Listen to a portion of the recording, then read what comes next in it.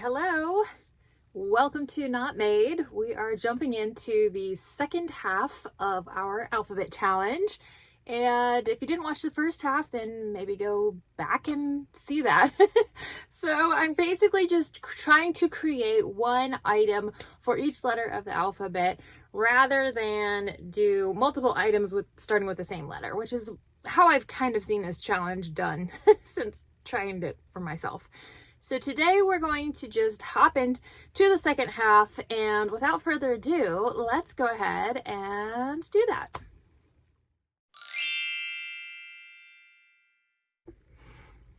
All right, friends, I nearly forgot about the letter N because when I started this challenge, I was just kind of randomly doing letters because I thought I was going to put them all together, right? I did have a list, but it wasn't divided exactly evenly, and I already had O and P finished before I posted the last video. So I wasn't really paying attention to that side of the list as I was working through the second half for this challenge. So I was like, yay, I'm almost done. I only got these couple other little things. And then, I don't know, somehow miraculously, I remembered that I actually split the alphabet in half rather than just, because initially I was thinking I'll just do up to P because I already had O and P. And then I was like, it's going to be too long. Whatever. So I split it in half, which would be at N. It's where we're supposed to pick up. So that's where we're at. I nearly forgot it, but I last second remembered. So here we are. Okay. So today I made a nugget. I'm not sure if I'm going to put a mouth on it. Does it need one? This is the Crochet Carpenter's nugget. I almost said recipe. Pattern. Oh my goodness. I'm struggling to breathe a little because I affixed these. This is the first time I've used felt eyes, and I used the E6000 glue. And it's super stinky, so I don't really even know if it's completely dry. But anyway. Okay, so we've probably all seen this pattern. He did do a reel on it on how many things you could make in one skein of the Bernat, whatever color. I use the Premier Basic Chenille in the color Sunshine. Sunny. It's one of the Mama Made Minis colors. So I did change one thing. When it got to the end, you're just supposed to stitch the end closed rather than close it in decreasing circles. I'm not exactly sure why. And on his website, that's where the pattern is. It's on his website. There were no pictures of the nugget outside of one of those little like French fry boxes. So they were all in those. There was no finished product photos where I could actually see the bottom. And when I got to the end here and I like pinched it together, I was like, I'm not liking it. I don't like the way it looks. So I did do one row of with decrease stitches. I think I just did a single crochet decrease all the way around, and it did leave, maybe this is why, although I think it would still be the same regardless, it left a couple little like points on the side, which I kind of went back over with the finishing tail and cinched in just slightly. I mean, it's supposed to be a nugget, so maybe it doesn't matter if it's shaped perfectly, but I was really not loving the way it looked with just stitching it closed when it was as wide as it was. So that was one thing I changed. If I made this again, I might even do another decrease round because it just looks very stark or blunt, like chopped off. But anyway, yeah, there's our nugget for N. That's a wrap on that. And I got to use my felt eyes finally. So hopefully those will work out well and stay stuck. That's the goal. We've made it to the letter O, and for O, I have a non-animal plushie. It is an onion. Okay, this is another instance of me having expectations for what it's going to turn out looking like, and not getting those expectations because I wasn't paying attention to the yarn. I believe this is the same designer as the Forest Spirit. I will have to double check about that, and I will correct myself if I'm wrong. But this one also, I expected it to be a palm size onion, and I got partway into this. In fact, I think I was like right about here, and I was like, look at the size of this thing. It's gonna be huge. It's gonna be like the biggest onion ever. And I nearly frogged it all and tried it with a different yarn, but I was like, I'm already this far through. I need to use my yarn stash anyway. I'm just gonna go for it. And I'm really glad that I did, because I think it turned out super cute. Like, I didn't really expect to like this onion nearly as much as I do. I did use 25mm sinker eyes on it, and I think that that really adds to the cuteness factor, but it just, I don't know, there's just something whimsical about it. I mean, it's just a big old onion. So always for onion, I enjoyed this one. It's all no-sew. The little leaf things are surface crocheted after the fact, and you know, pretty basic shape. It just took a little while because it was quite a few stitches in the round. But I believe it was another pattern where the designer used a thinner yarn like Feels Like Bliss or something, because hers seemed to be a little more fuzzy, and I just used the Mainstays blanket yarn, and then the green is the Bernat Mystical. So that is our onion for the letter O. Today's plushie is brought to you by the letter P, and we happen to have 2 peas in a pod. I love this concept. I don't know why I've never made it before, because I have twins, and when I had a baby shower for them, the theme was 2 peas in a pod. This pattern is by Therapy on My Hook, and the little peas come out. I did use, it is a free pattern, okay? As if I haven't said that enough. Free pattern. It is on Instagram. These the little peas come out, and I used Big Twist Posh, which is no longer around, although I think that Michael supposedly has some. So this pod and these peas are all Big Twist Posh. They can go in like I had them before, like side by side this way, or you can stack them in one on top of the other. So this is a super duper cute pattern. I think what I'm gonna do is I want to make a couple of these.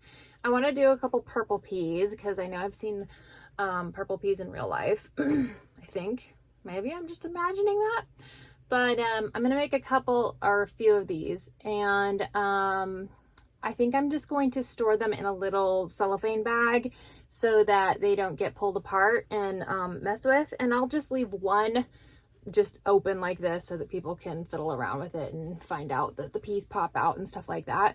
But then the other packages will just be together. That way, you know, it's easy to just grab it and go and not have to worry about finding the bits and pieces all over the place. So that's my plan for this. I love to have something to do with the Posh yarn, because, you know, I'm kind of transitioning to bigger makes. The Poggy's Place Critterlings I love making in the Posh yarn, but they do turn out very, very small. This is also pretty small, but it is 3 pieces. So I'm going to go ahead and use these colors up as much as possible with the Posh that I have. And then we'll see what I come up with next. Okay, so on to the letter Q. So while okay, y'all know Q is not a very well used letter when it comes to the English alphabet.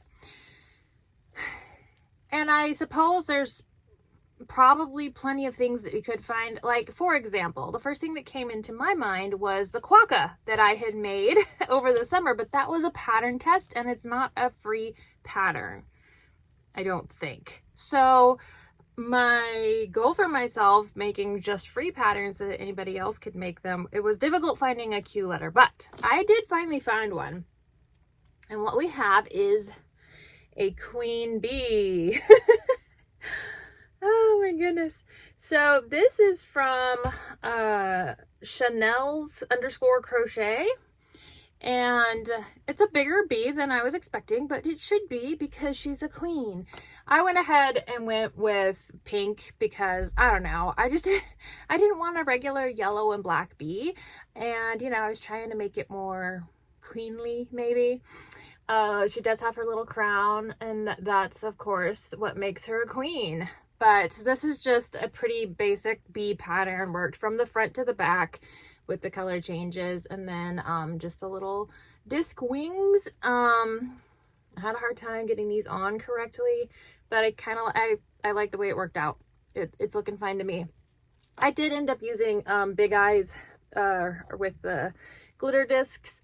I've had these eyes for ages, and I just need to find, they're not sinker eyes, so you can see they definitely like stand out, but her face is so flat, I think it's fine. Gives a little bit of dimension. Anyway, this is our Q Queen Bee. For the letter R, we have a rubber duck. And that is what the pattern is called. It is by Hugurumi Toys, and this is actually a free pattern from her Patreon. So I actually have the PDF. I don't like that you have to create accounts for every little thing. I've never been on Patreon. I've never subscribed to anybody's, but you know, everybody usually has a free level on their Patreon. And then of course you can upgrade for different perks and different things. She's got all kinds of patterns on there. She gives away a pattern for free if you join her Patreon, even at the free level. So I believe that is how I ended up with the rubber duck. I don't know that you have to choose a rubber duck. You might go check it out for yourself because she does give a free pattern. So I'm not sure if there's a choice there. I can't recall. But yeah, this is a cute little basic duck pattern. It's worked from the bottom up, and then you eventually will close the back and start working on the head. So it's no sew. In the pattern, she does have you create the beak first and then stitch it in when you get to that round. I didn't want to do that, so I just did bobbles. I did bobbles for the beak, and I think it's fine.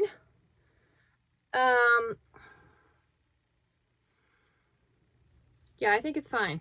So to me, it's still duckish. So that is our R for rubber duck. S is Shrek. This guy is so cute, and this is also a Chanel's crochet. It was the same one where I got the queen bee, and if I'm recalling correctly, sorry, the focus isn't working well. If I'm recalling correctly, there is also a Fiona and a donkey that kind of complement this pattern. So I'm going to go back and make those because I'd like to have the three of them together. Shrek is worked from the top down. The ears are done separately, and I don't remember on the pattern if they are sewn in later, but what I ended up doing is attaching, I made the ears first. And then when I got to that area, I attached them. I did not crochet them in. I believe I think I tied them in. So I think I went down past that area and then I tied them in and then kind of secured them a little bit more with the end tails. Because if I can do the sewing parts of things before it's stuffed, it just limits how much fuzz I'm picking off later. So one thing I will say about this pattern is in the picture of the pattern, there's definitely a lighter brown color here for the bottom, but in the actual pattern, nowhere does it tell you just change color after. It tells you to change color to white, but it never said to change color to the lighter brown. So I just did that because I wanted it to look like the picture.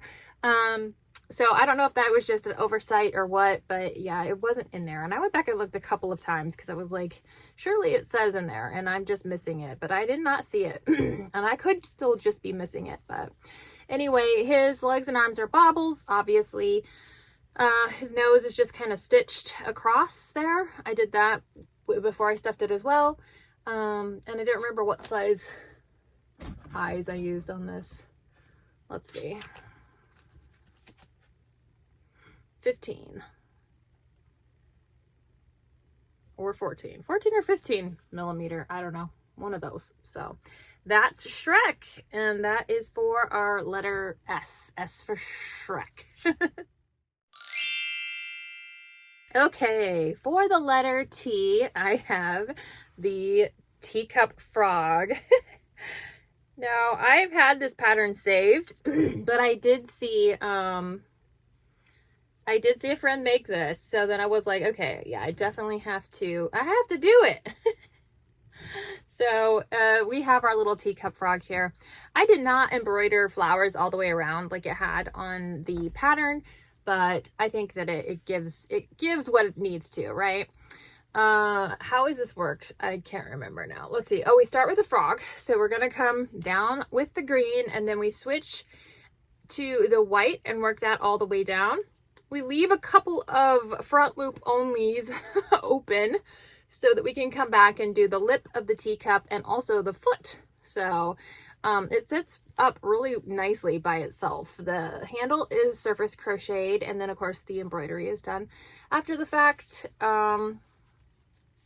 I stuffed this pretty firmly because I wanted it to, I didn't want it to be super squishy. So that is and it is a free pattern by, I'm not going to try to say it. I don't know how it's said. So I'll just put it down here with all the rest of them.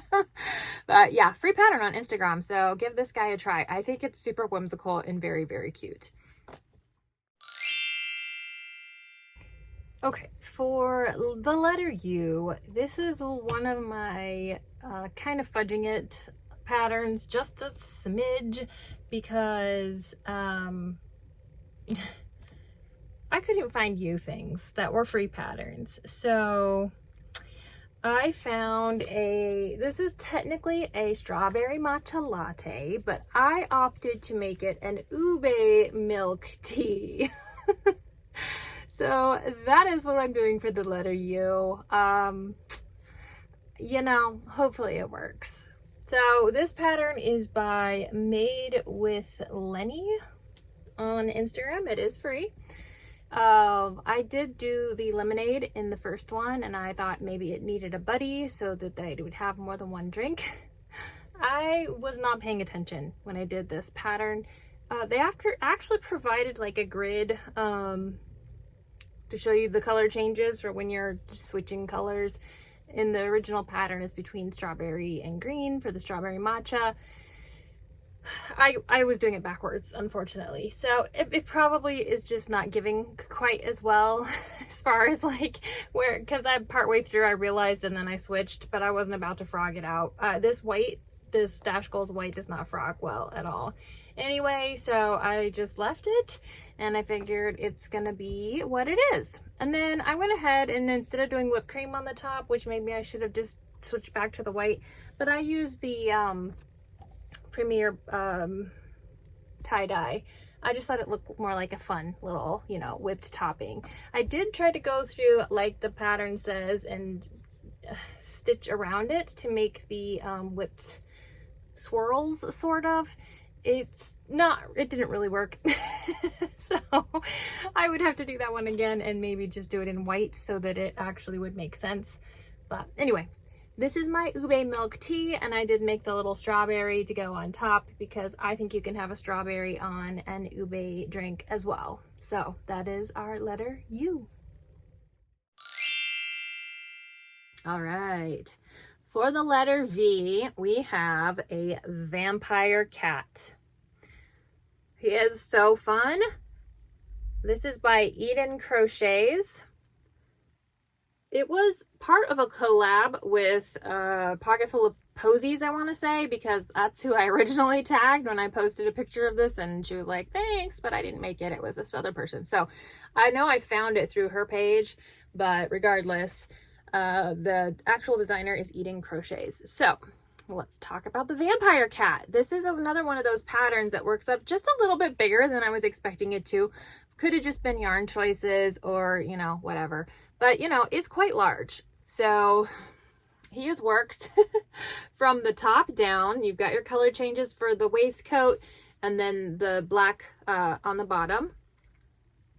There are a couple of buttons on here, hard to see with his little bow tie there. So the ears are crocheted on, or no, the ears are sewn on. Then you make the little bow tie separately and you sew that in. And then you make the cape and you sew this to the back. And then this is just a strand of yarn that's pulled across the front. There are instructions for how to make the buttons. And there was no way I was about to even try that. I just went in with a piece of yarn and did over one stitch. I did a couple of loops. I was like, nope, there's plenty of pictures. I'm sure it would turn out fine, but there was no way I was going to do that much effort for something that looked just like this in the end. So with that being said, I think it's an adorable pattern. I will, oh, this is just done after the fact. So he has a little head thing. Surface crochet, that's the words I'm looking for. The waistcoat is, you know, you go around the open stitches, front loop only again for that. Now, the pattern says vampire cat, but are we noticing anything that's missing? There's no teeth. There's no mouth. I guess it's just his outfit that makes him a vampire, or maybe his teeth are like hiding under the waistcoat or something. But I was kind of shocked once I got, you know, through the pattern. I'm like, wait, we're not adding any teeth or anything. And yeah, we're not. So I think he's fine. I love his little cape. I think he's great. I was just a little shocked that we didn't have vampire teeth for the vampire cat, but I'm not mad about it. It's a great pattern, and I think that he's going to get a lot of attention. W and X are going to be going together here. I mean, I'll separate them, but I'm doing them both right now. And I'll tell you, these are my last two patterns, and they were the worst out of the whole bunch. I don't know what to tell you. All right, oh my goodness. For W, we have a whale shark. I have not even bothered to put the little white bits on it, you know, the speckles or whatever it is. I did not enjoy this pattern. It's not probably the pattern's fault. It's a me thing. But as you can see, it's worked half and half white, half blue. If any of you know the secret sauce for making something like this, because I have similar issues with belly patches, it always is shifting. So what happens then is nothing is symmetrical on this guy, because they tell you to put the fins along the seam, the stripe, and then the tail fin. It's just, I hated it. So yeah, this is as done as he's gonna get, and somebody will have to really want this thing to take it. I don't even know what to do with it. I'm sure it's not oh goodness. The pattern was perfectly legible. It was easy to read. It was nothing wrong with the pattern other than the fact that I don't know what to do about the wonkiness of that particular method of making something two-toned. So there's that. So that is our W. It is whale shark, and I'm happy to be done with this. I was so over it by the time. It literally took me 2 days to get this guy done just because I was unhappy. There are 5 parts that you have to sew on this little critter, and that's that. That's all I'm going to say about it. All right, and we have gotten to the letter X, and I batted back and forth a few different ideas. Maybe I should have gone with something else. Because what I ended up doing was using the pattern by Nooks Hooks, the free pattern for her little fish. And I made an X-ray fish. Oh my goodness. Yeah, so it was probably better in my brain than it is in reality, but here we go. This is our X. It is the X-ray fish. I've been wanting to do this little fish pattern for a while anyway. I think it can look better than this if it's not done like this, but this is what we have, and so that's what we're going with. All right. So we are gonna call it a day and be done with these crazy makes. Okay, for Y, this may actually be my favorite pattern of this entire alphabet challenge from A to Z. I think this one might just be my favorite, and it is the baby Yeti. I love Yetis. They are so fun, and this is such an adorable pattern. This is by Crochet by Empanada. I'm assuming it's down here. So, I mean, seriously, you guys, this is a free pattern. So it's just absolutely adorable, and he's got a little snaggle tooth there. Yeah. Him's just a cute little baby. Oh my goodness. So anyway, let's talk about it. The arms and legs are made first. Now, there is something...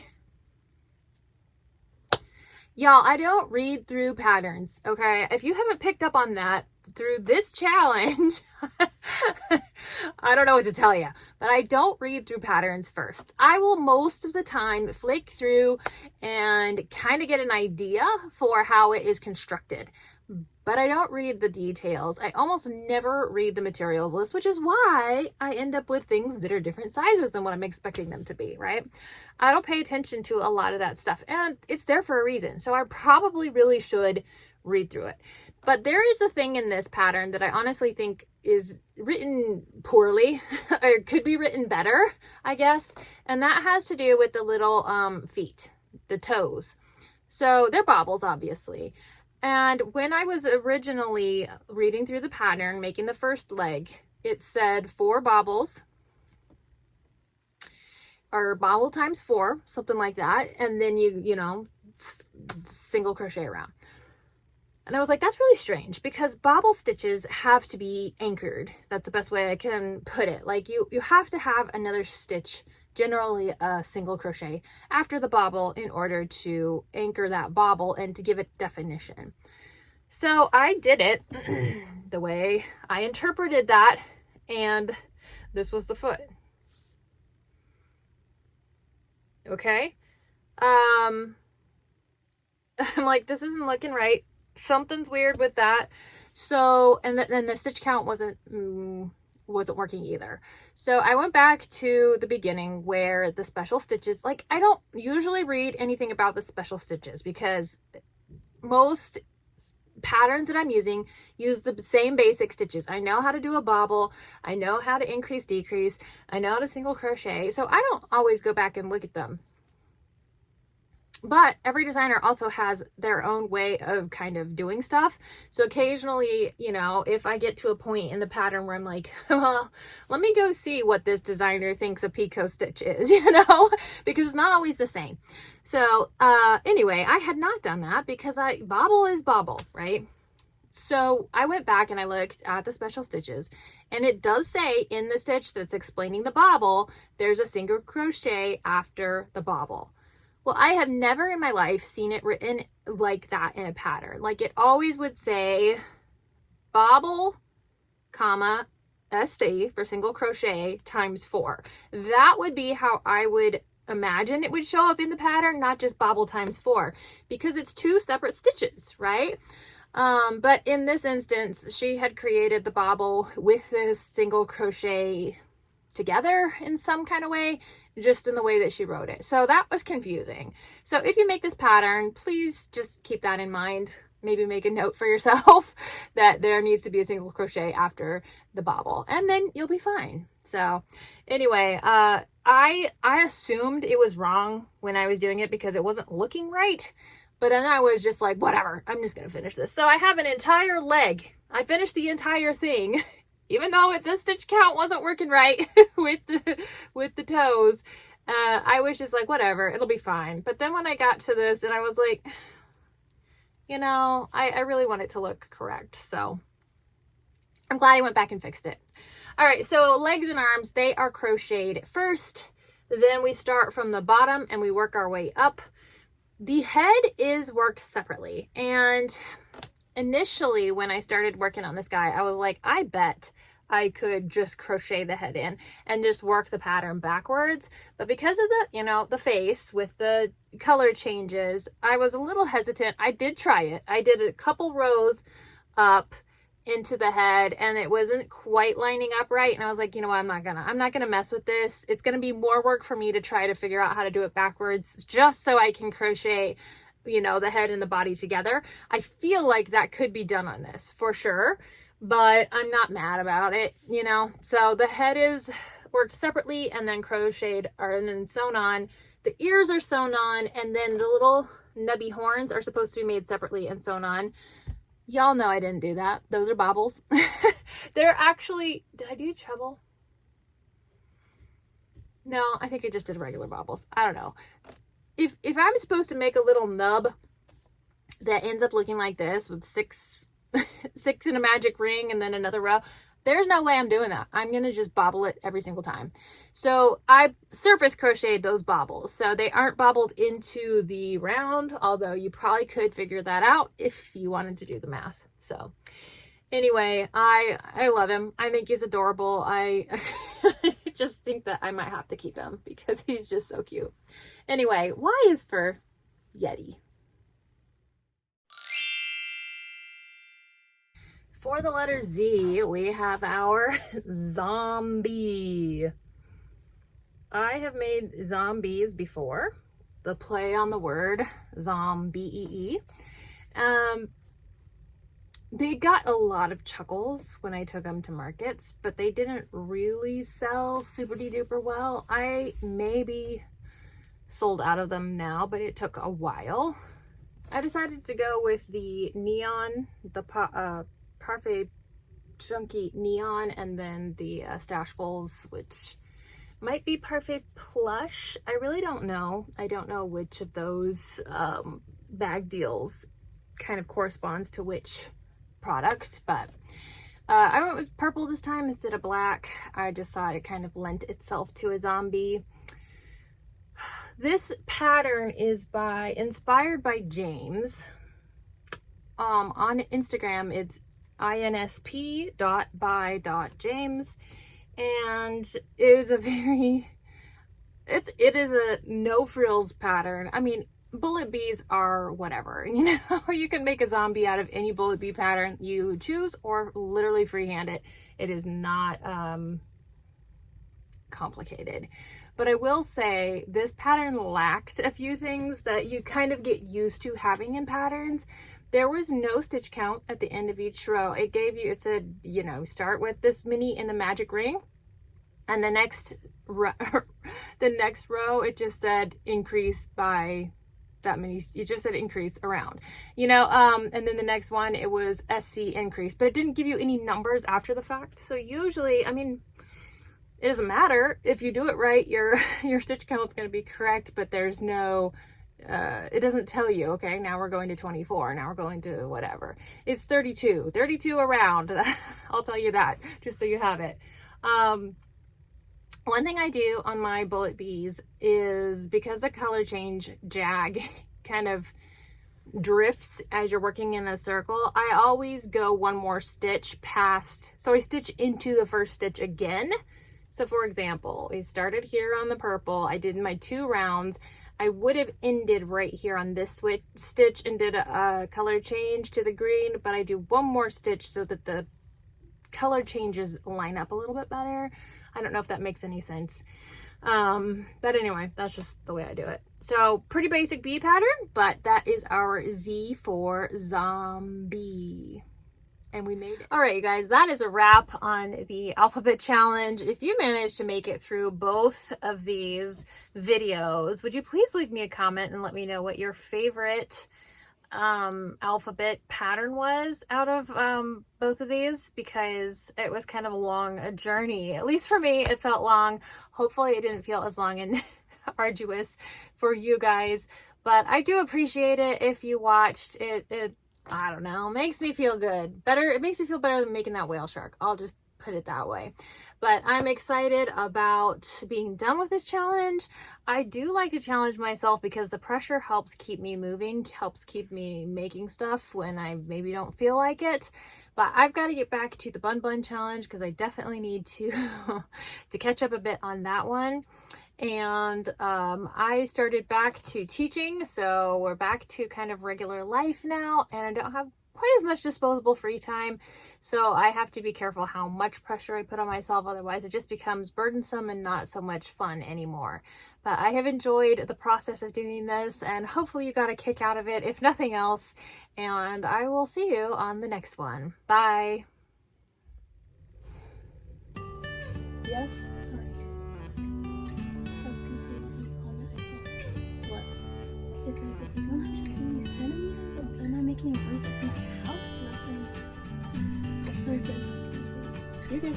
Did you find the tutorial? Yeah, it's just